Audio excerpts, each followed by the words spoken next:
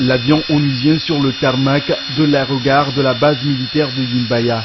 À son bord, les corps des 7 soldats guinéens tombés sur le champ de bataille à Kidal, dans le nord Mali. Un retour pathétique qui rend les parents des victimes inconsolables.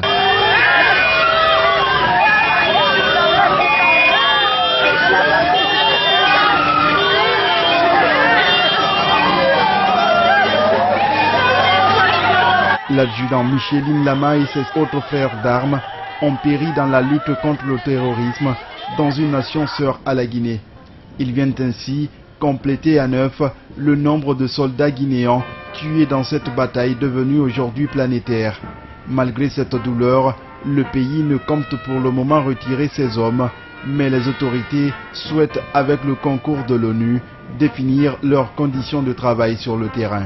En d'autres termes, vous allez envisager le retrait de nos troupes, par exemple? Non, pour le moment, ça c'est une décision gouvernementale. Je ne peux pas répondre à cette question.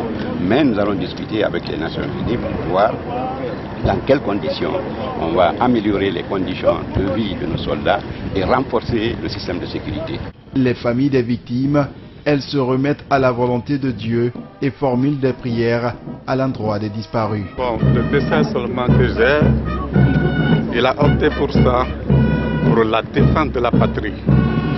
Donc si Dieu a fait ainsi, je ne peux que me réjouir derrière le Tout-Puissant. Et j'ai pris le Tout-Puissant que Dieu l'accueille dans son paradis. Et la terre de la Guinée qu'il a tant défendue, que tous les fils de ce pays prient pour elle, afin qu'ils puissent gagner le paradis. Les autorités guinéennes comptent mettre un dispositif en place pour la prise en charge des familles de ces héros nationaux tombés sous les balles des djihadistes. Si nous en croyons aux propos du ministre de la Sécurité, un comité de crise travaille déjà d'arrache-pied dans ce sens.